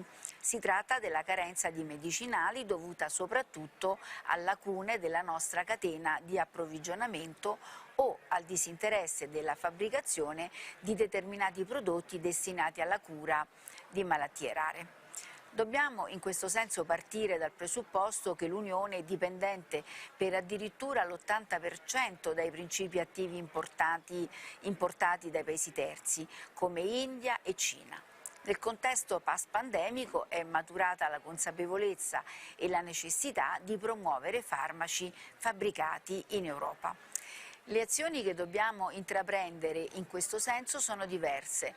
Nell'ambito dell'interesse della Commissione giuridica ho ritenuto essenziale dare il giusto valore alla tutela e alla promozione della proprietà intellettuale, quale stimolo per promuovere la competitività, l'innovazione, la sostenibilità dell'industria farmaceutica dell'Unione, ma soprattutto per lo sviluppo di medicinali di qualità elevata, sicuri, efficaci e maggiormente rispettosi dell'ambiente. Per la ricerca e lo sviluppo è fondamentale un'adeguata protezione della proprietà intellettuale nell'Unione, da raggiungere attraverso la creazione del brevetto unitario e di uno sportello unico che permetta un coordinamento centrale del mercato dei brevetti, anche allo scopo di eliminare la frammentazione e contrastare la circolazione dei prodotti contraffatti. Per sviluppare nuovi prodotti serve un campo fertile alla ricerca e allo sviluppo. Attualmente il tessuto normativo relativo a farmaci nei diversi paesi europei è disomogeneo, spesso troppo stringente e sovraburocratizzato e non facilita di certo l'offerta di prodotti innovativi o, nel caso di farmaci già conosciuti, prodotti a prezzi competitivi sul mercato. Lo abbiamo visto con il Covid, quando è necessario la burocrazia può essere snellita senza rinunciare alla sicurezza per il paziente. La ricerca scientifica deve dimostrare di essere affidabile, proteggerci e dare speranza nel futuro. Servono dunque nuovi sistemi di incentivi per lo sviluppo di medicinali, terapie e strumenti diagnostici innovativi che permettano notevoli vantaggi per quanto riguarda la prevenzione, la diagnosi, il trattamento delle malattie. Con riferimento al tema delle carenze, poi di recente, anche a seguito di quanto richiesto nella strategia farmaceutica, il Parlamento ha approvato l'accordo sull'aumento dei poteri dell'autorità di regolamentazione dei farmaci dell'Unione, l'EMA, per il monitoraggio e la mitigazione della carenza di medicinali e dispositivi medici considerati critici. Saranno dunque creati due gruppi direttivi sulle carenze, rispettivamente per i farmaci e i dispositivi medici, e l'EMA istituirà e gestirà la piattaforma europea di monitoraggio delle carenze per facilitare la raccolta dei dati. Tutti gli attori della catena di approvvigionamento saranno coinvolti più da vicino, compresa la consulenza di osservatori che rappresentano i pazienti e i professionisti del settore medico, nonché tutelari di autorizzazione all'immissione in commercio, i distributori all'ingrosso o qualsiasi altra parte interessata del settore sanitario. Rimaniamo in attesa delle novità che saranno apportate dalla revisione della legislazione farmaceutica europea, che speriamo sia presentata dalla Commissione a marzo. Gli strumenti che abbiamo a disposizione sono molteplici e, se attuati, potranno correggere le criticità di lunga data che interessano il settore dei medicinali, quali l'accessibilità economica, l'accesso e la penuria di medicinali, sostenere la ricerca in linea con le esigenze dei pazienti e dei sistemi sanitari e rafforzare e innovare l'industria farmaceutica. Bene, ringrazio ancora una volta per l'opportunità che mi è stata data di intervenire in questo panel e lascio la parola agli altri relatori per le loro riflessioni, salutando e ringraziando. So thank you for the message and to the organization for starting it. And so I will continue leaving the floor to our next panelists, to whom I really kindly ask to try to keep their intervention in 5 minutes, so we can try to be with the time of the whole panel. And so welcome to first of all to Rosa Castro, Senior Policy Manager for Healthcare Delivery, European Public Health Alliance, EFA, to whom I would like to ask if she can touch upon, of course, the theme of inequality in access to care and the importance also of security of supply. So if she can give us the patient's point of view in all of this context. Thank you. Thanks so much, and thanks for the invitation, first of all, to participate in this and to have a look at your report. Actually, we could spend one day on each of the topics you mentioned, but I'll try to keep it to 5 minutes. So just about IFA, so IFA is the European Public Health Alliance, and we represent the public community, so we do have patients, but also healthcare professionals and other health NGOs that represent groups that are often not represented in the debate, like the homeless people, people living with HIV. So, as you may imagine, we approach all these issues starting from the pharmaceutical strategy, of course, with the pillars that you show in your first presentation slides. And of course, one of the main focus that we have in our work is access and equitable access. And access tends to be, I mean, we could divide it in different areas because access is also about availability, of course, of the products.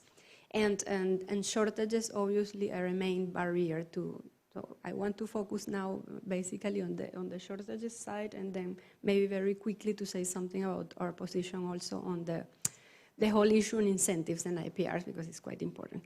So on shortages, I mean, clearly they were also present before COVID and we actually started working on that. COVID just helped us and I think the public see that this was a big problem.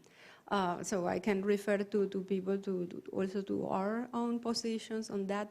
Basically, we are asking for 3 things during and we hope this will be there in the pharmaceutical legislation revision. And it is about enabling more information about the shortages.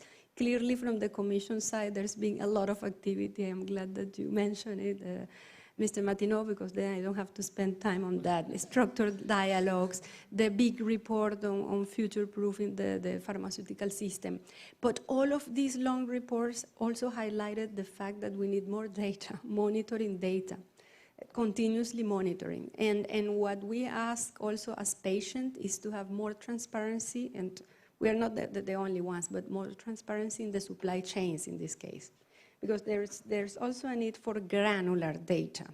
So we're talking about, the fact is the most visible one is APIs, obviously, but there's more. I mean, if you look into the raw materials, the APIs, the intermediate products, I mean, you need to address the supply vulnerabilities, you need to really understand the supply chains. So that's one thing we ask, more information, transparent, prevention strategies. So we ask also the manufacturers to put together these prevention strategies along with other stakeholders, obviously.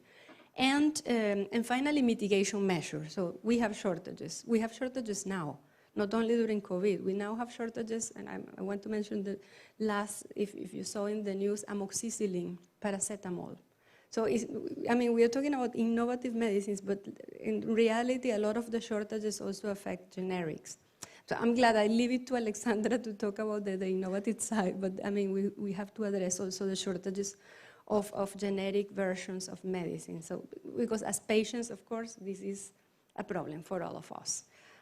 Finally, I mean, because I think that the time is running, it's great that you brought together the whole digital and green, and actually one of the conclusions of the structured dialogue is that, improving the digital side and especially for monitoring and for knowing this information better, to anticipate, to have this foresight, which is now on the hands of HERA for the emergency, but it should be also in the pharmaceutical legislation revision with a more, let's say, encompassing approach to all the other medicines, not in times of emergencies.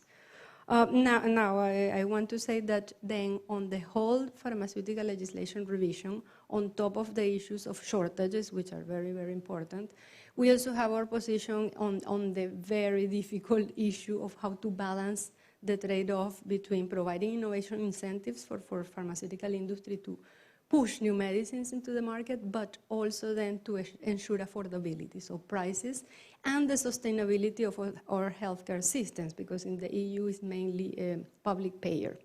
So one example very quickly here, because we don't have a lot of time, but we have a big issue with antibiotics right now, and you mentioned it, I think, at some point. And it's, I mean, we have rising antimicrobial resistance. We don't have new antibiotics coming into the market.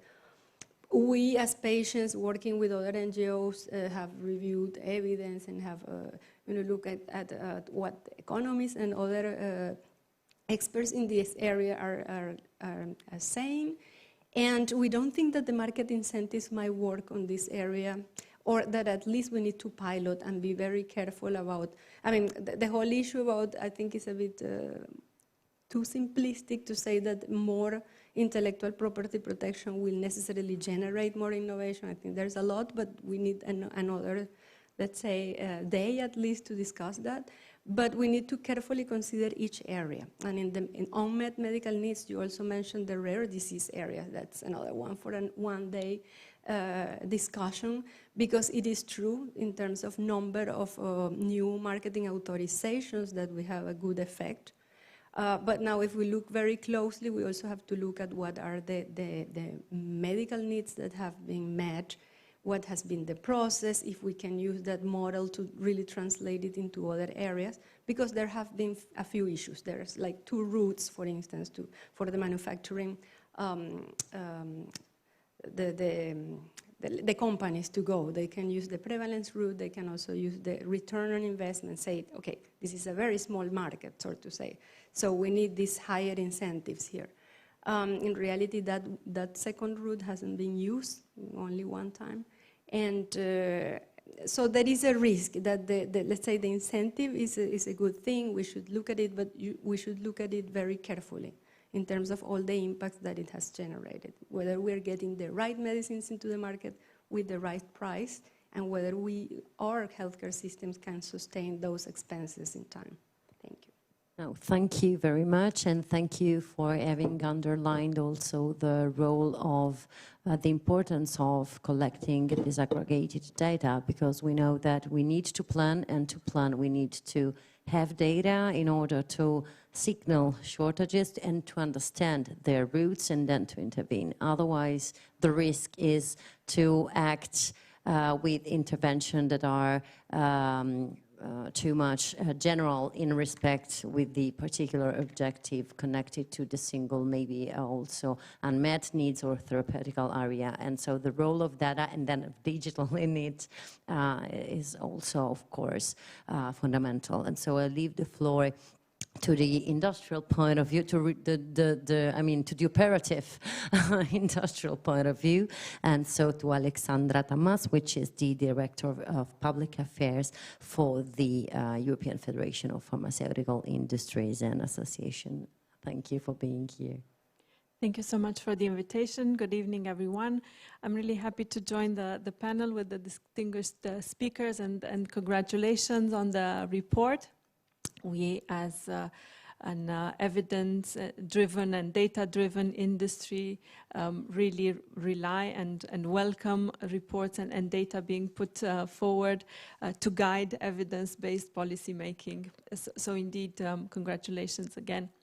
My name is Alexandra Tamas. I represent FPIA. Our members are global research and development pharmaceutical companies.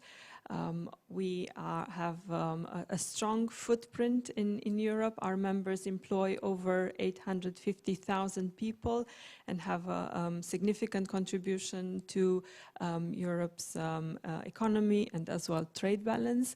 All things that you have already highlighted in your report. I'm happy to see that the value of the industry is recognized. And really welcome the theme of the topic of the panel, really looking at how we can best prepare for the next pandemic. We need to look at the lessons learned from this pandemic. The COVID-19 is definitely not over, but already we can look at some lessons learned. And of course, one of the lessons was the COVID-19 really highlighted the need for medical innovation and research and development. This was really what led to the discovery and then mass production of COVID-19 vaccines and therapeutics. And we are happy to see that the importance of research and development was well understood and highlighted even by Commissioner President von der Leyen in a recent speech. She mentioned that really the importance of research and development and the pandemic actually made it clear how important research and development in Europe is, because vaccines and therapeutics did not come out of the blue, but their discovery, like all innovation, relied on the long-term investment in scientists and their research. And as well on the incentives and the legislative framework in Europe for developers to scale up and produce vaccines and therapeutics, not just for Europe and the European region, but also for the globe. And the fact that we see more and more reflections on what else we can do to prepare our European Union. We are happy to also see that the French and the German ministers of economy commitment to strengthen key industrial sectors. And we strongly believe that the research and development industry is one of those key sectors because where research and development and innovation takes place, then production will follow. And that's really the case for our industry. There is a long-standing tradition of research and development in Europe and manufacturing of medicines. But unfortunately, Europe is in a global competition. And there are other regions that are making life sciences sectors really a priority for them. So according to a recent FPA report, we see that global research and development investments into Europe have declined. It's really a worrying trend. They have declined by 20% in the past 25 years. And the fact that research and development is moving to other regions like the US and China, of course, has an impact on the long term of European patients' ability to participate in clinical trials, but then also to have access as soon as possible to medicines once they are centrally approved by the EMA. So bringing any industrial strategy, any industrial policy that aims to bring back production and manufacturing of pharmaceuticals should really take into consideration strengthening this tradition of having research and development in the EU and building on the already existing infrastructure and knowledge and collaboration that is already existing in the EU. And of course, we rely and we expect the pharmaceutical legislation to take this into consideration. One of the aims is indeed to foster more research and development, more medicines being produced in the EU and more medicines being available. So I think that there's a lot of potential in the pharmaceutical legislation. Of course, there are things that are concerning for us, especially when looking at the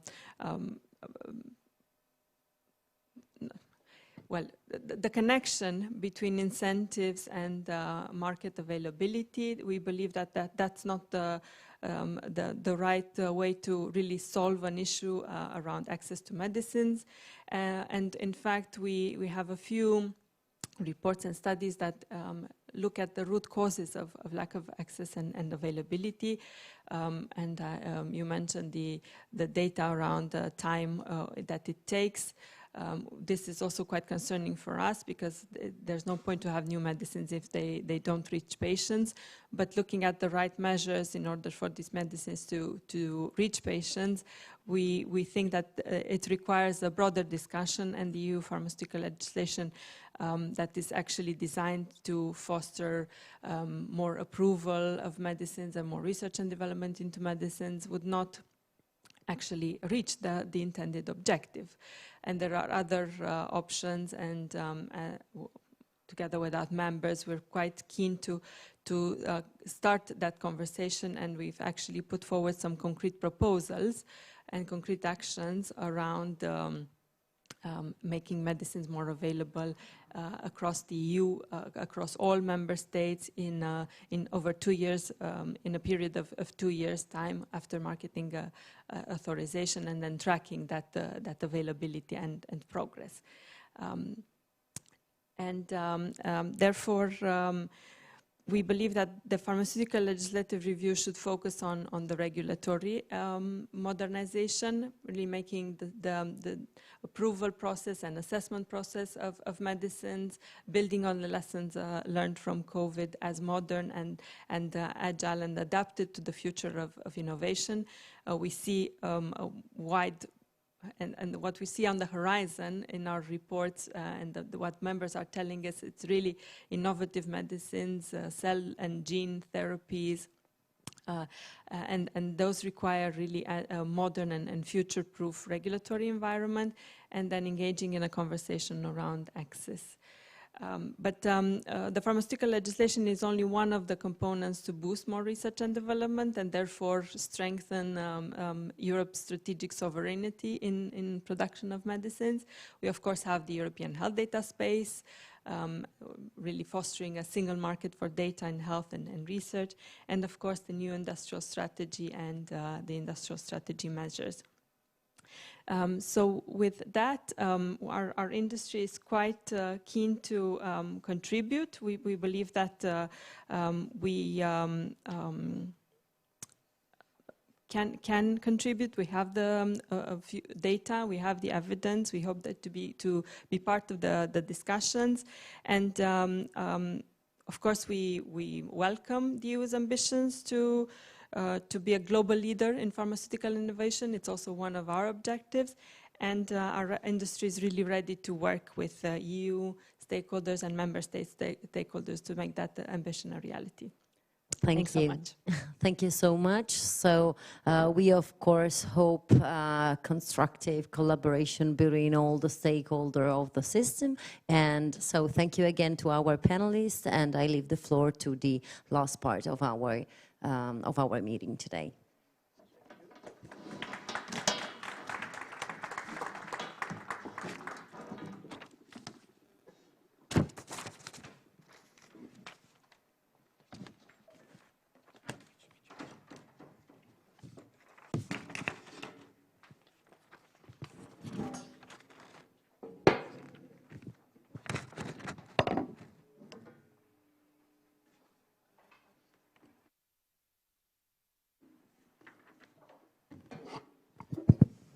So good evening. Let's get started with the last panel of ICOM Symposium. We are a bit late. Some speakers have time constraints, so we will start soon. We will talk about the current European energy situation and about its prospect. I'm very pleased to introduce our distinguished speaker, Tom Hoves from European Commission, Policy Officer, and Paul Wilczek, Head of Policy in Eurelectric. We have also a video message from Christoph Grudler, MEP. I'm going to showing a short presentation. I will go quickly through main topics. We can go on. Go on, please. First of all, we will discuss about the current energy crisis, causes and effects, and the measures of the European institution and member states to contain its effect and strengthen the EU energy security.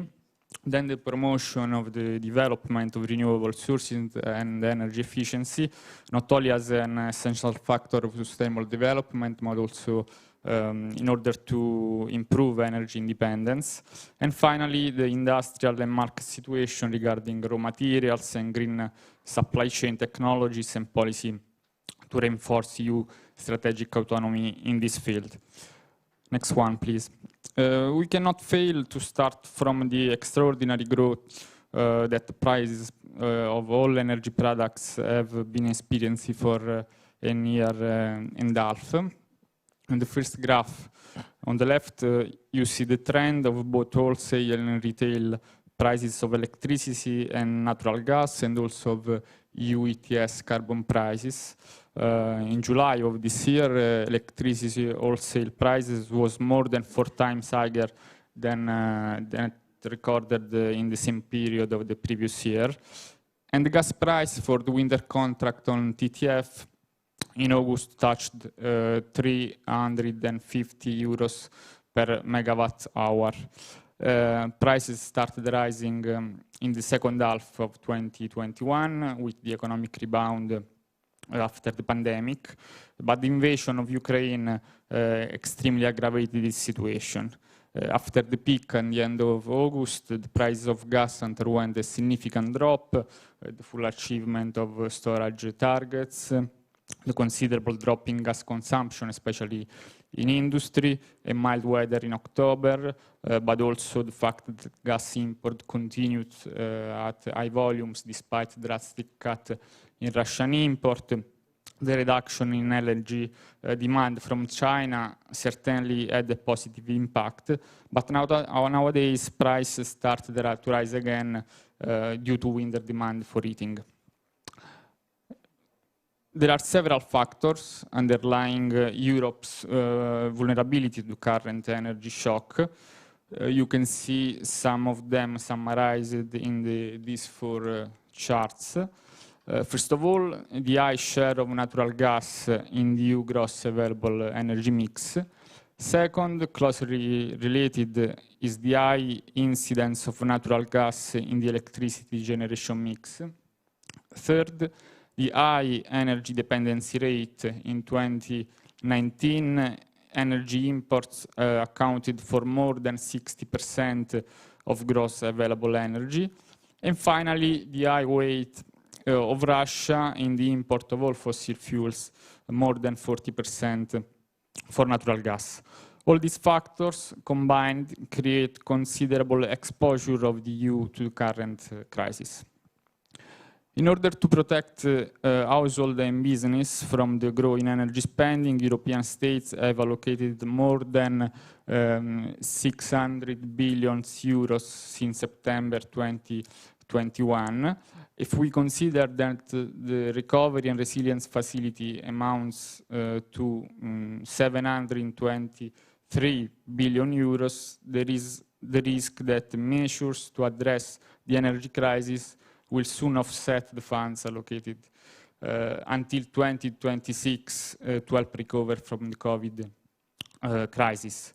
The measures adopted by the government are of various kinds, including reduction of VAT, regulation of retail and wholesale prices, monetary transfer, support for business, taxation of windfall profits, etc. The action taken by the European institutions and by the states have led to various results. Some are summarized in these charts. Certainly, the reduction in gas demand, as well as the full achievement of the storage facility targets. Equally important is the clear reduction in the share of imports from Russia, thanks to the diversification of suppliers and the higher contribution of LNG. However, important risks remain for 2023. As can be seen from the pie chart, the Agency of International Energy estimates a possible 15% gap between supply and demand for natural gas in case of full cessation of Russian flows and limited LNG availability. For this, several measures have been implemented, and others are under discussion. You see many listed: reduction of natural gas demand and overall electricity demand, joint purchases, oil embargo and price cap, complementary gas price index, gas market correction mechanism, and others. Measures to accelerate RES deployment. Now we focus precisely on the development of renewables. In the second quarter of 2022, the share of renewables managed to increase its share to 43%, outplaying fossil fuels. And this was the result of an increase in solar generation and onshore wind, and reduced output levels in nuclear and hydro generation allowed fossil fuel generation to increase year on year, despite high energy commodity price. Overall, the increase in renewable generation is key to reducing energy expenditure. Without wind and solar generation, they estimate that EU would have required 70 BCM of additional natural gas, and this additional gas would have cost the EU 99 billion euros. As is known, the European Union recorded significant performances in the development of renewable sources and also in the promotion of energy efficiency, the greenest and the cheapest fuels. From the chart, we simply highlight the growth of electricity generation from renewable sources and the market reduction in energy intensity over the last 20 years. However, next one, very substantial advances are required. For example, you see it from the chart on the right, 14 out of 27 member states did not meet the EU target for penetration of renewables in final consumption set by the RED. There is still a long way to go towards the target of 40% by 2030 proposed by for 55 and even more by 45%. Moreover, the 2020, go back please, the 2020 energy efficiency targets were only achieved due to collapse in energy demand due to the pandemic, and also in this case measures to reduce primary and final consumption are required, and even more to achieve the more ambitious goals of the recast of the energy efficiency directive. The chart on the left shows the gap between the trend under current policies and the one needed to achieve the goals proposed for the new EED. Finally, let's move quickly to the green supply chain and new strategic autonomy in this area. It's known that specific raw materials are key inputs in the production of technologies required for the green transition, such as batteries, solar panels, wind turbines, chips, as they said in the first panel. The latest list of critical raw materials published by the Commission contains 30 materials, and demand for critical materials is likely to grow as sustainable development scenarios deploy. The more ambitious are the decarbonization goals, the sharpest the growth of demand for critical minerals, as can be seen from the graph on the right. Next one. From this chart, we see how the market for critical raw material is extremely concentrated. We think of rare earth elements and fundamental minerals such as lithium, copper, nickel. And after the dependence on fossil fuels, today Europe is also dependent on the supply of materials needed for the energy transition. Also, you can see it from the chart on the right, the European Union only takes part in the downstream parts of green supply chains. For example, for the electric vehicles industry and the solar and wind supply chain, the EU only intervenes in the deployment and the installation. And solar photovoltaics, next one, industry is a paradigmatic case. This is the breakdown of gross value added of solar photovoltaic value chain. EU is today a small actor in several critical manufacturing and assembly steps in the upstream value chain. It has a strong position in the monitoring, control and deployment sector, but totally EU has less than 10% of gross value added in photovoltaic supply chain. Thanks for your attention. Now it's time to involve our speaker in the discussion. We can start from Eurelectric. The electricity market, due to its close connection also with the natural gas market has been heavily affected by the current energy crisis. What impact have you observed on the electrical industry? How do you assess the emergency measures undertaken by EU institutions and most of member states? Thank you. Thanks a lot. Thanks for having me here. Just quickly about us, Euroelectric is the association in the Europe, well, in Brussels, representing the European power generation and its utilities. To your question, well, we have been heavily affected, of course, by the various measures taken already at national level. I don't know if you can still hear me, but we are not many. Ah, yes. Well, now you can definitely hear me better. So yes, we have been already affected before the war by many national measures that were taken. You might have heard of the Iberian solutions due to high prices. And now, of course, we see the European measures. But just to say, what we see is a patchwork of measures, both at national level and at European level, combined. Some of them are temporary, but they are becoming permanent. Here again, I'm looking at the Iberian solution, and this is probably a good showcase because this is where we can draw most experiences or lessons from, because they have been implemented the longest so far. So on average, they have decreased consumer price by 15%. And here I'm only speaking about electricity because that's the sector we know best, obviously. And however, basically shattered all the investors' confidence in the power generation investments in that area. So the effect has been such. It's not, and really the insecurity is vast because at the moment these temporary measures by Portugal and Spain seem to be rather permanent. So there's no kind of phase-out plan for these. So that's a bit the first lessons we can draw. We see that that it is a difficult approach to when you see that the high energy prices are directly linked to the gas prices, that we are trying to regulate it via the electricity market design. And of course, we need to look into the electricity market design.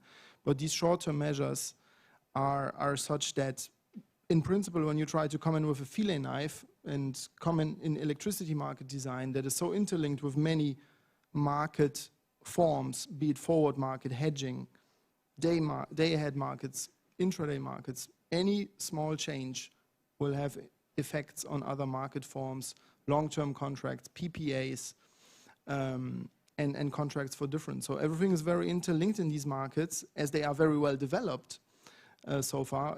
I think it was a success story that we have with the European internal energy market. We should not forget that. So we should also praise this. What we see here as a result is in fact a normal function of supply and demand after all. And let's not forget, many have cried out after very low electricity price levels on these markets, and now we have high ones, so it's wrong, So is this not how the market should have functioned? Of course, we need to look at the consumers, but as such, the market function is there. There's no manipulation or wrongdoing there. So that's also something we maybe should not forget. But coming back to the principle, trying to fix the problem with very heroical measures on the electricity market is really, really difficult, and that's what we see. So we might have some effects, but there's a lot of cascading effects that might be unintended following from that. So it is difficult. We should not also forget that we are in a situation of war overall, and it's really unprecedented. So when our board members say this energy crisis is unprecedented since the 70s. We haven't seen anything like that. So clearly we need to take measures, but what I hear and also from many member states is corporate tax overall. So in many member states you also see measures on electricity market, but also on the financial sector, on banks, on totally unrelated sectors. So it's so diverse, and so yeah, taxes is general taxation is basically a measure taken at member state level that is being considered because it's considered a time of war, and this is what you do usually there. So obviously we need to take measures, but they are so different. For the energy sector, power generation in particular, it's really difficult and unforeseeable. What is problematic is that we need to invest more if we want to decarbonize. And REPowerEU scenarios are basically over 700 gigawatts of new capacity in renewables. So that's a lot. up to 2030 in roughly 7 years. So we need basically the best possible investment frameworks for this in order for this to happen. We had already before the war massive problems with permitting on renewables. And I mean, I'm fully in line with the Commission here, and we really welcome the Commission proposal and REPowerEU on permitting. This is really forward-looking and the right thing to do. Go to areas overriding public interest in renewables projects. These are all very good ideas that need to be urgently implemented. And if we don't do this really quickly, we will not have 700 gigawatts new capacity by that time. So it's something that needs to be implemented at member state level. Some member states have embraced this even before the REPowerEU proposal, such as Germany and others. This is a big debate. MEP Grudler is from France. I know he's supportive of the permitting, of ambitious permitting in the parliament, but the council that you might have seen is only going for this as an option to have go to areas with overriding public interest. So this is really problematic, and it doesn't reassure us for such a massive renewable build out by 2030. So this combined, the electricity market interventions that we see that are a patchwork at national level, combined with the urgency to decarbonize and invest a lot doesn't square for us. So it's clear we need to shield the consumers, but here we think general tax measures are probably an effective way to do so, rather than trying to fiddle with a well-developed internal market that is very complicated to intervene in without destroying it. So that's the concern that we have. And I'll just stop here for the time being. Thank you. Thank you. Thank you very much for your consideration and hints. European Parliament plays a central role in many crucial dossiers. Think of numerous fields of action in the Fit for 55 package and REPowerEU communication. Now we can show a short video message by Ladies and gentlemen, Grudler, thank you very much MEP for the invitation. Member of the Committee on Industry, Research and Energy.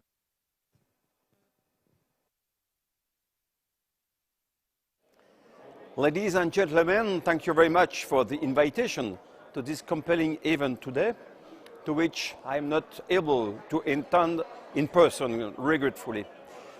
Since the very beginning of my mandate as a Renew member of the European Parliament, I have fought for strong political and regulatory signals to strengthen our strategic autonomy. Terrible crises have gone by since, such as the COVID-19 pandemic and now the Russian invasion of Ukraine and the energy crisis. We had to wait for two major crises before the EU started to pronounce the word strategic autonomy and to focus its efforts on the way to be less dependent on other continents.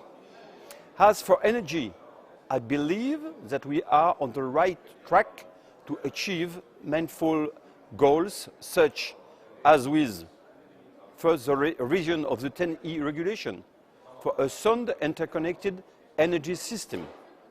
Second, the Fit for 55 package, notably with a significant revision of the ETS system, alongside the deployment of a carbon border adjustment mechanism.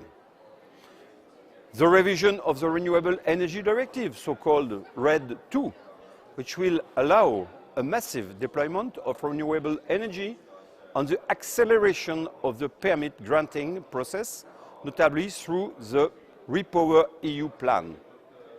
The revision of the gas package, in order to prepare the ground for a robust hydrogen internal market that will enable us to produce, store and transport renewable and low-carbon hydrogen. Here, hydrogen is absolutely key for a safe transition towards a sustainable and resilient energy domestic market. Producing our own energy, such as RFNBOs, will enable us to ensure, in the best possible way, our energy security. Today, Europe is 64% dependent on other continents for its energy supply. And in light of the geopolitical and energy crisis we are currently living, we shall not replace our dependence on Russian gas with another dependence.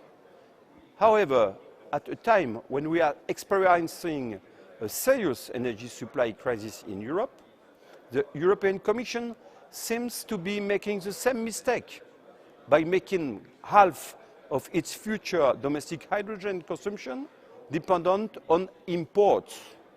Once again, on the one hand, we are taking more than 2 years to develop criteria for our renewable hydrogen production. On the other hand, the Commission is launching, in almost a snap of the fingers, a hydrogen bank on agreements with third countries to ensure a good import of hydrogen. We need a transition towards the most sustainable and autonomous energy system possible. Our strategic autonomy depends on it, and the messages we are receiving do not allow us to be confident at the point.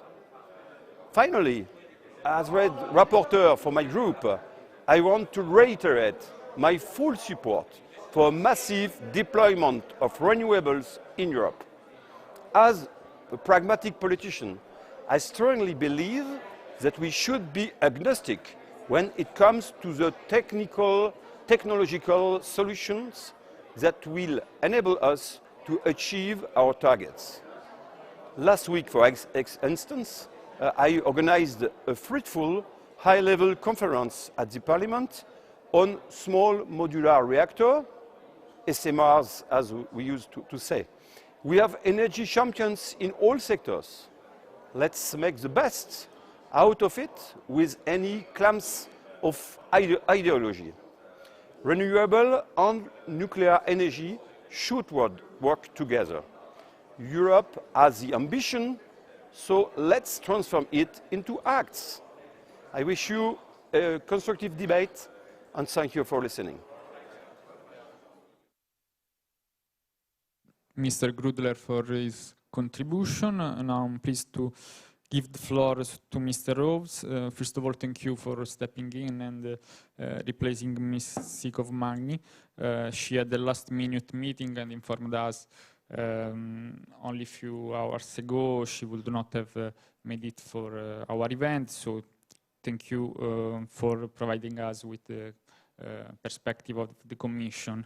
We say that in order to counter the energy crisis, the Commission had to adopt important action compared also to the process of building the energy union over the past 20 years.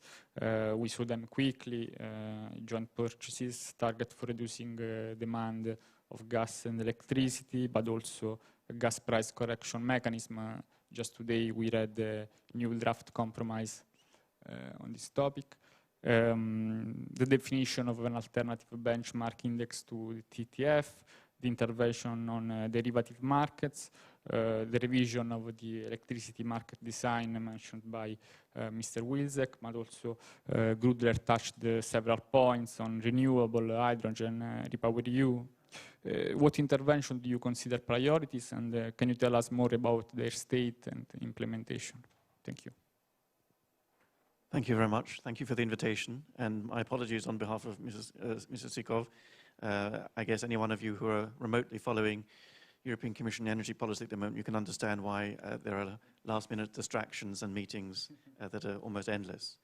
I think your presentation was great, and the two talks we've had have been an interesting reflection on current issues.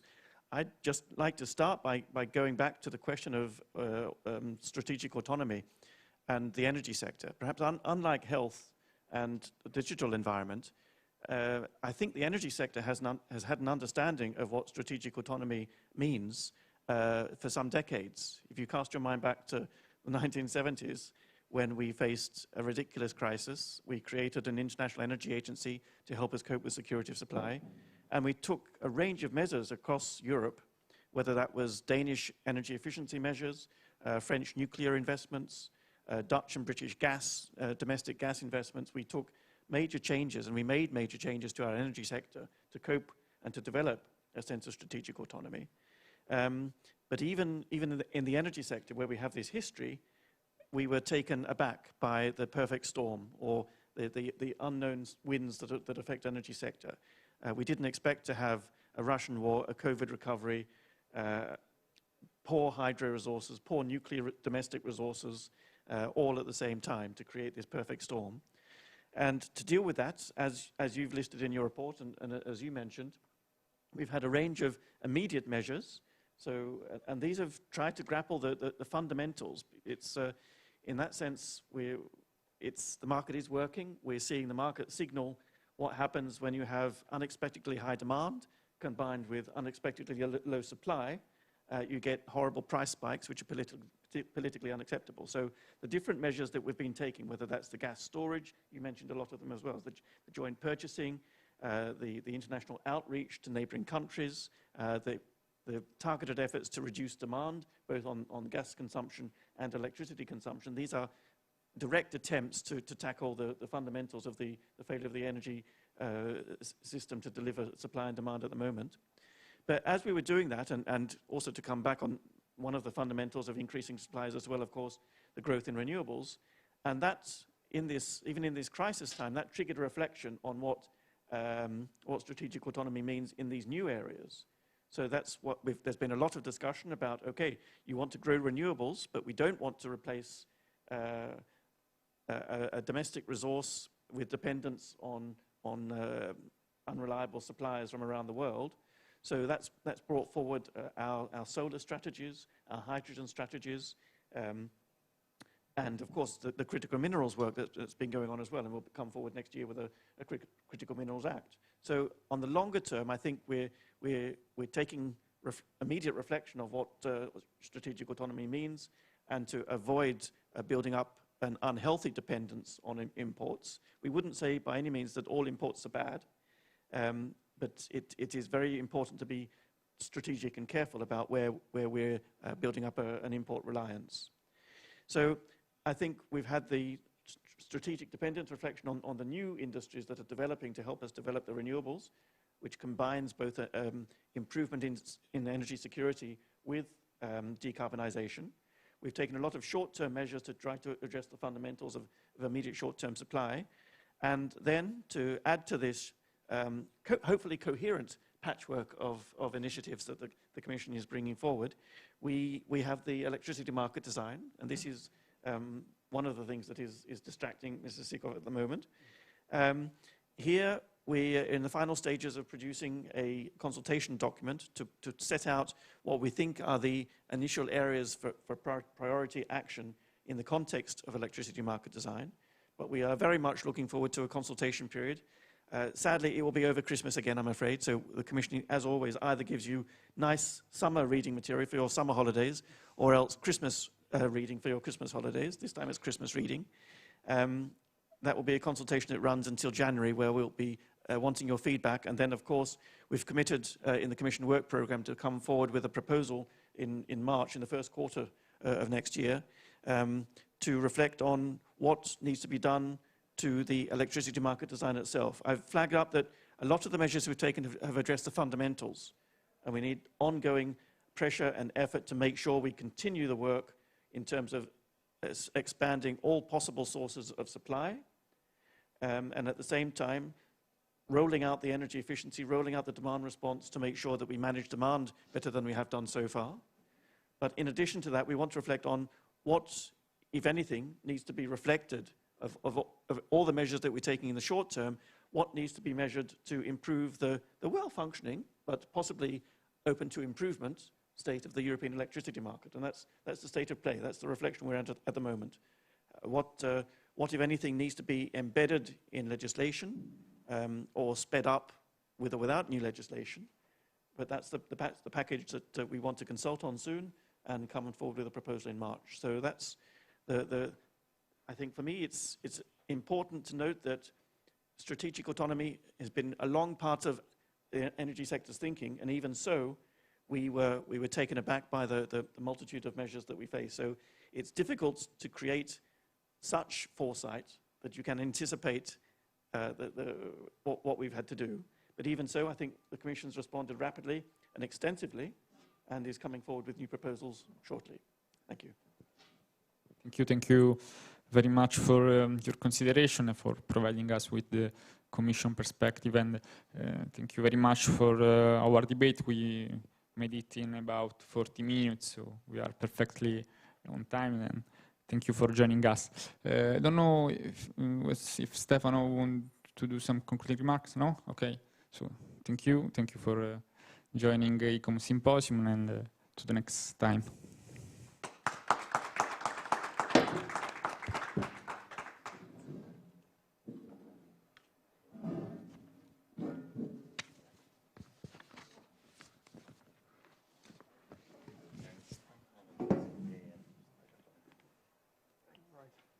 Right.